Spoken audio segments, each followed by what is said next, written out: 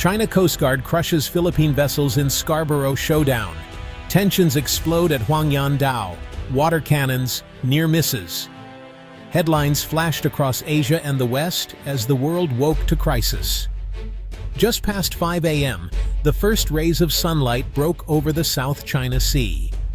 The horizon near Scarborough Shoal was crowded with ships slicing through the fog. A formidable line of China Coast Guard ships blocked the path.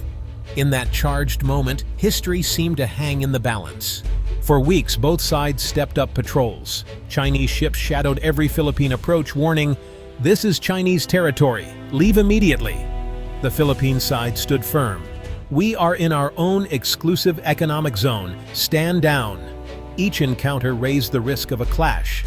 At dawn, Chinese cutters surged forward, blasting water cannons at the Philippine boat, forcing it to veer off. The world watched as the standoff escalated from tense words to force. Within minutes, videos flooded social media. Shaky footage showed the Philippine boat spinning away under a torrent of water. Another angle caught the metallic thud as a Chinese ship scraped past a smaller Philippine vessel, leaving a long white scar on its hull. Hashtags like Scarborough Showdown and Huangyan Dao trended worldwide. Official reports trickled in. The Philippine Coast Guard released a statement accusing China of dangerous and unlawful aggression, adding, "Our mission is peaceful. We will not be intimidated." The Chinese Ministry of Foreign Affairs countered.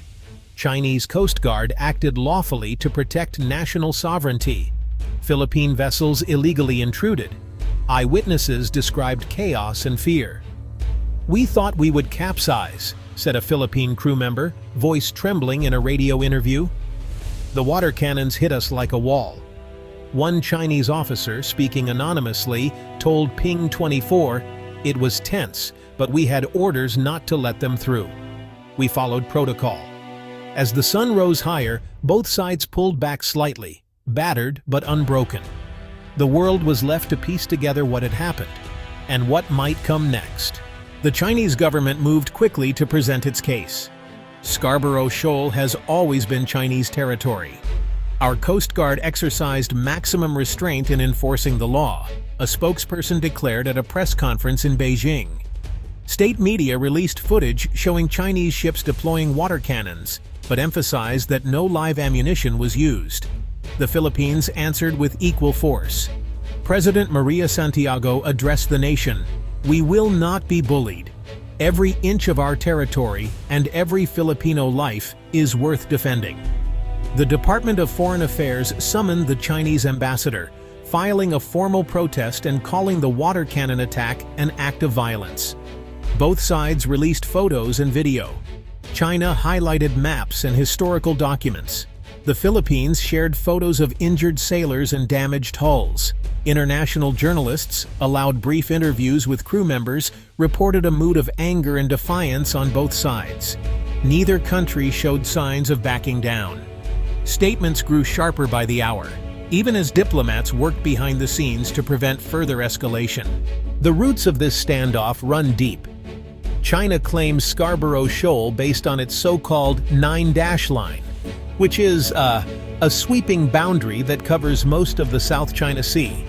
Chinese officials point to centuries-old maps and records of fishermen visiting the reef saying, "History proves our sovereignty." On the other hand, the Philippines counters that Scarborough Shoal lies just 120 nautical miles from Luzon, well within its 200 nautical mile exclusive economic zone under international law. In 2016, a United Nations-backed tribunal in The Hague ruled that China's claims have no legal basis. The tribunal found that Scarborough Shoal is a traditional fishing ground for both countries, but that China violated Philippine rights by blocking access. China rejected the ruling, insisting, "The tribunal has no jurisdiction. Our sovereignty is indisputable." The Philippines has tried to rally global opinion, pointing to the ruling as proof of its rights. But you know, Chinese ships have never left the shoal. The legal battle remains unresolved, fueling every clash and diplomatic protest. Each side claims the law is on its side and refuses to give ground. Scarborough Shoal is more than just a barren reef. Its location is strategic, sitting at the crossroads of vital shipping lanes through the South China Sea.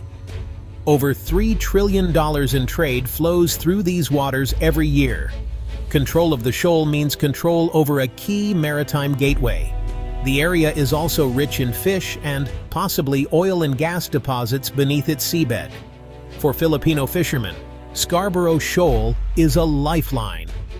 "This is where we feed our families," says Juan de la Cruz, a fisherman from Zambales. "If we lose it, we lose everything." For China, holding the shoal is a way to project power far from its coast and to secure its maritime blue homeland. Military analysts warn that whoever controls Scarborough can monitor and potentially block naval traffic through the region.